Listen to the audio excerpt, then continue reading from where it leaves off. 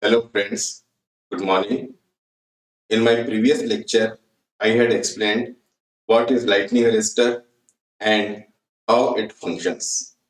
Basically, the lightning arrestor is a device which acts as open circuit for power frequency voltage and it acts as short circuit for lightning or voltage. As it acts as short circuit for lightning or voltage, it discharges the lightning current.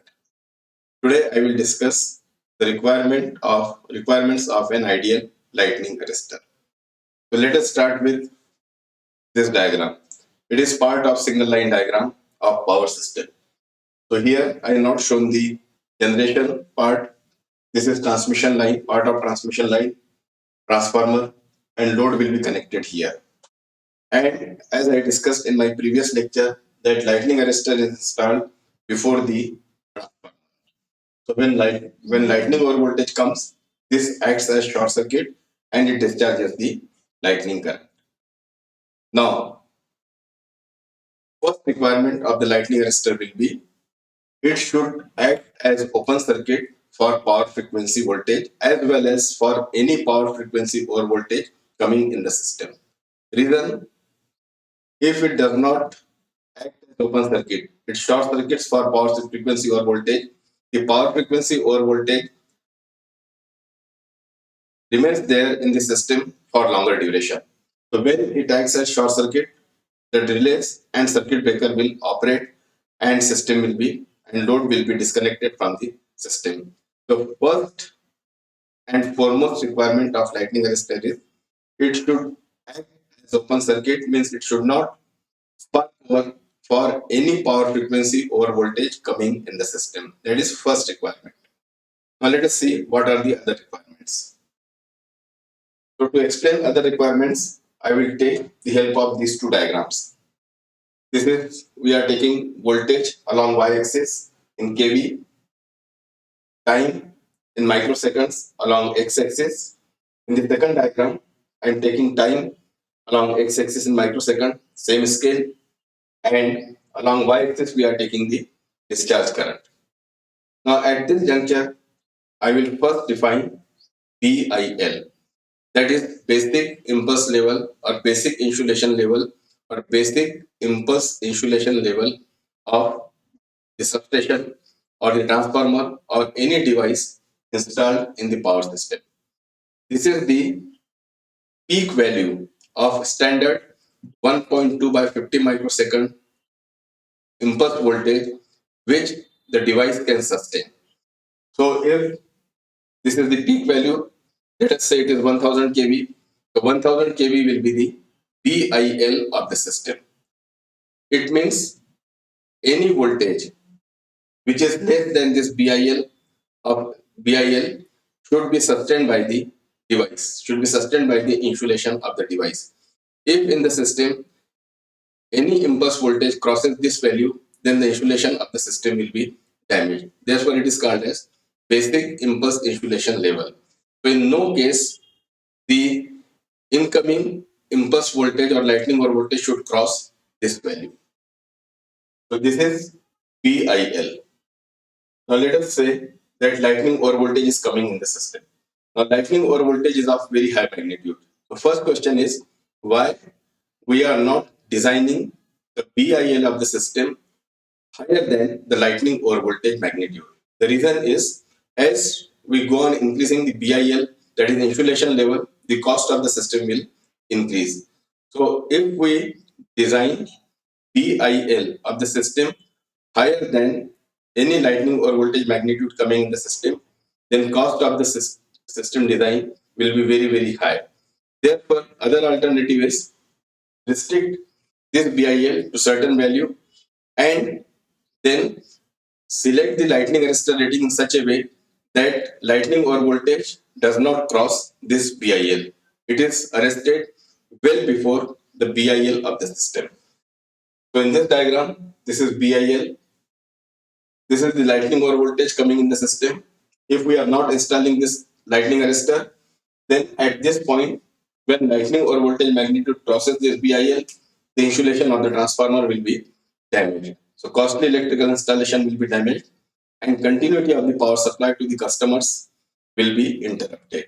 What we do is we install lightning arrestor here and we select the impulse spark over voltage of this lightning arrestor well below the BIL of the system.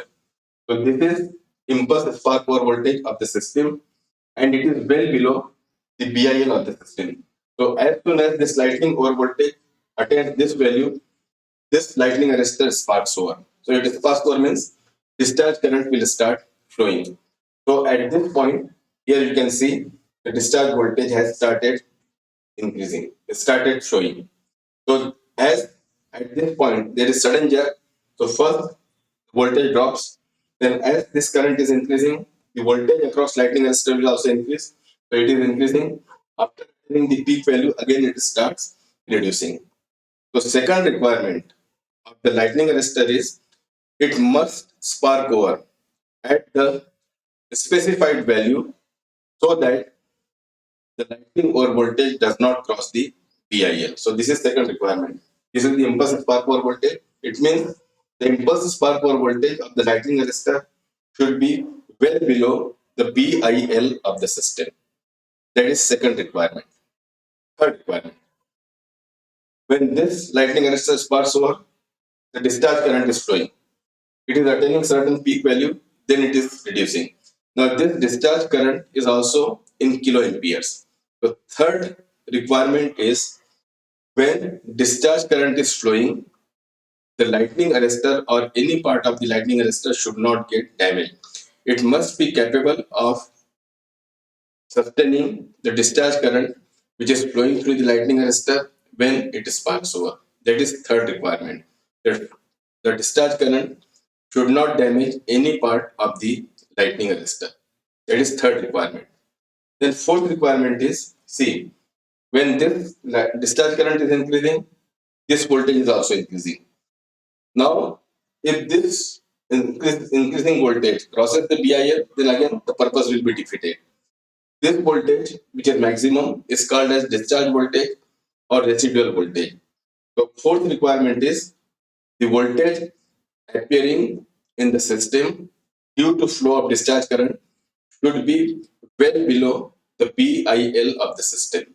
It means the discharge voltage or the residual voltage should be well below the BIL of the system.